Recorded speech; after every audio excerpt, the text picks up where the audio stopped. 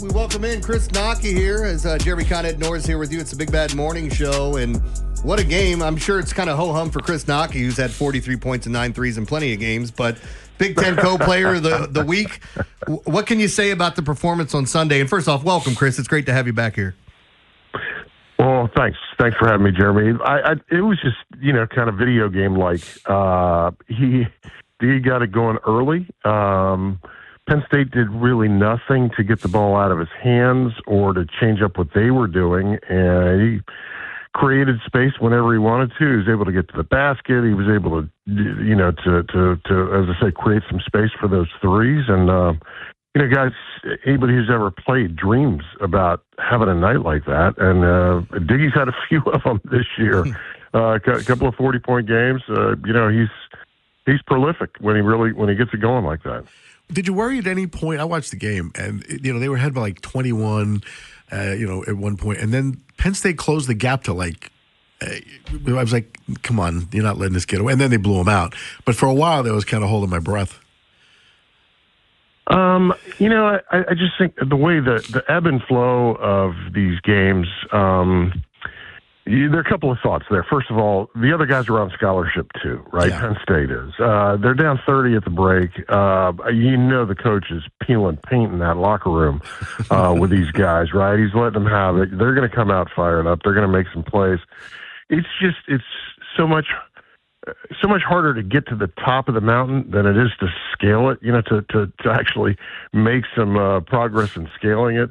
And 30 points in a Power 5 game, to make up 30 points in a Power 5 game, you just don't see it that much. Yeah. So I can't say I was worried. You get concerned. One of the things that they did really well in the first half, Ed, to your point, is Maryland didn't turn the ball over at all. There were very few empty trips. And then early in the second half, there were so many live ball turnovers that led to easy Penn State baskets. And you just hate to see that happen yet, because you feel like you had righted your ship. That is one thing that has plagued these guys all year long.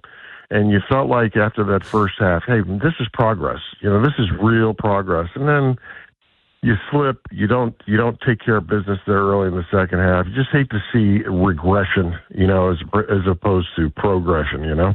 Yeah. I do like the fact he's 5'11". Yeah, of course you do. You know what? On a good day, he sleeps on the floor. Yes. Yeah. I think I was 5'11" in heels, so it was nice. Hey, talking to Chris Knoche. I don't want to see that picture. Hey, it made my gams look great. Hey, Chris, is this? I hate saying it this way. Is this kind of a transition year for the Terps in figuring out what they are going to be for the future under Buzz? Well, I mean, every year it's just the world is so different now. College basketball, college sports. I was looking at.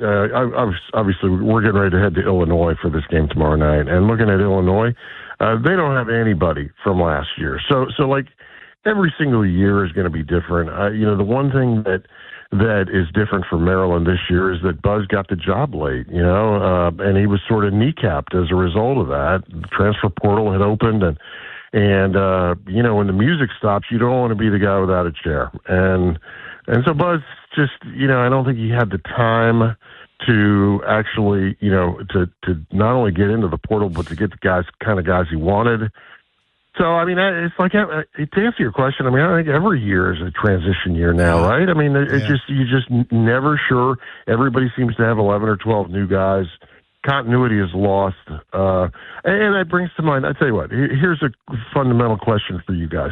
I love Diggy Coit. He's a tremendous kid, obviously a very good player. Would you as Maryland fans, I mean, is there a part of you that would rather have that record stay with somebody who played in the program for 4 years? I would say yes. Yeah. As opposed to having a rental top that record. And I'm not using rental. I'm not trying to denigrate Diggy at all, or the process. It's just kind of where we are. But I mean, solid rhetorical question is, how do you feel about that? Yeah, but to be fair to you too, and the way you're trying to deliver this, it is what it is. Like I was just talking about on the football side that Darian Mensah was supposed to go back to Duke, and then now Miami's going to have an opening at quarterback. Thought they were going to get somebody else. Yeah. And after committing to Duke and going back, he's going to say goodbye more than likely and go take like $7 million from Miami. And now here's Duke going, well, now we got to find a quarterback, and we're late to the portal. So I hear you. I hear you. And I'm not right. I'm not necessarily. I'm just saying, it's a sports talk show. It's pablum for sports talk radio. Absolutely. Yeah.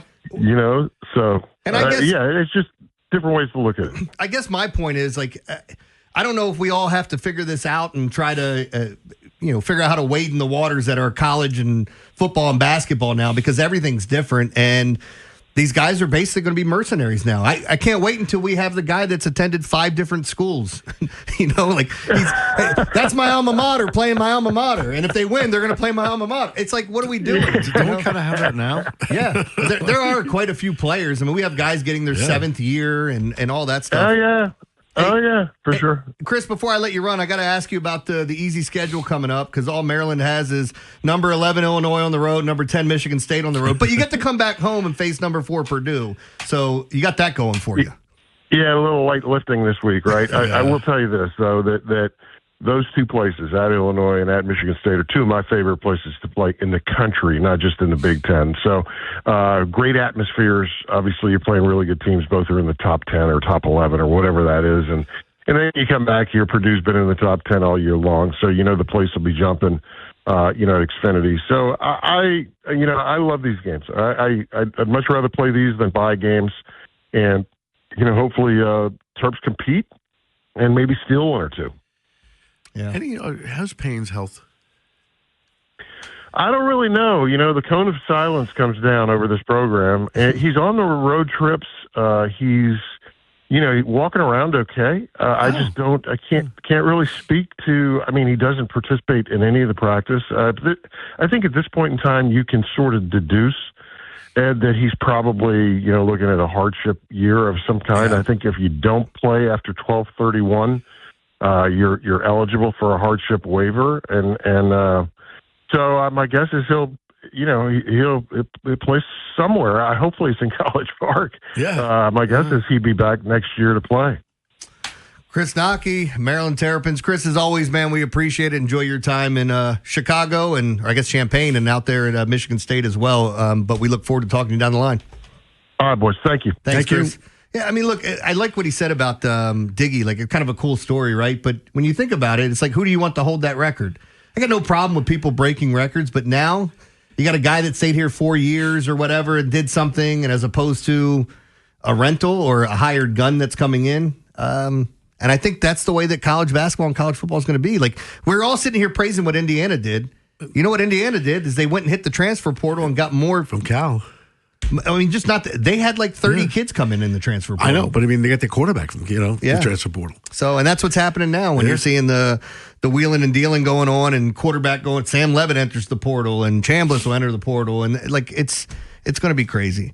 Even Carson Beck said he graduated 2 years ago, and he's just sitting here playing football, just going around. Hey, I got another year.